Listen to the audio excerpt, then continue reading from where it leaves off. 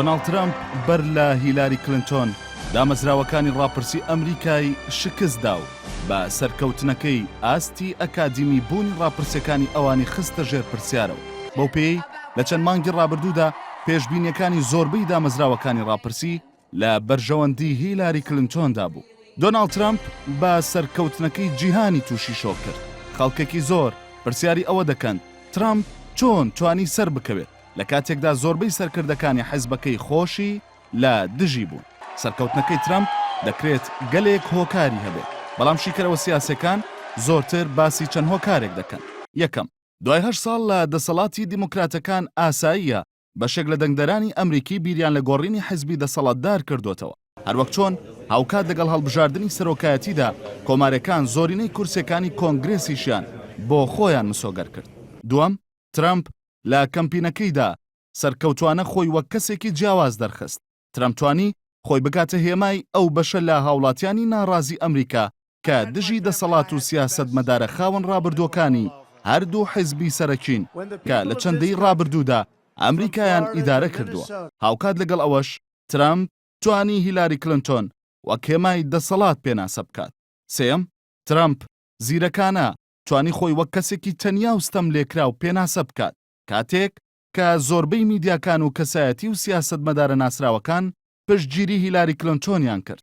ترامپ بە پێچەوانەی زۆربەی سیاسەتمەداران لەو هەموو پشتگیریەی میدیاکان بۆ ڕکابەرەکەی نەشڵەژە، بەڵکو خۆی بە زەقکردنەوەی ئەو پشتگیریانە بۆ ڕکابەرەکەی بە بەردەوامی جەختی لەوە دەکردەوە کە ئەو تەنیا پشت بە خەڵکی ئەمریکا دەبەستێت، نەک بە میدیاکان و سیاسەتمەدارە بە ئەزموونەکان.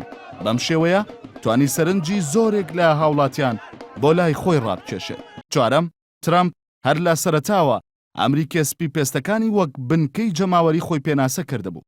هەر بۆیە بۆ بەدەستێنانی دەنگی ئەوان بە بەردەوامی دژی کۆچبەران و هاوڕەگەز بازەکان و موسڵمانە توندڕەوەکان قسەی دەکرد.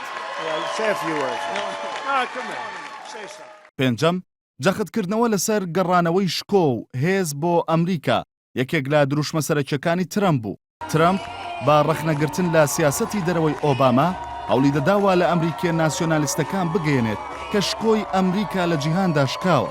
بۆ نمونە ئاماژەی بە سیاسەتی ئۆباما لە عێراق دەکرد کە چۆن خوێنی سەربازی ئەمریکی لە عێراق ڕژاوە، بەڵام ئۆباما عێراقی ڕادەستی ئێران کردووە. ترامپ بەم جۆرە توانی دەنگی ئەمریکای ناسیۆنالیستەکان بۆ خۆی مسۆگەر بکات.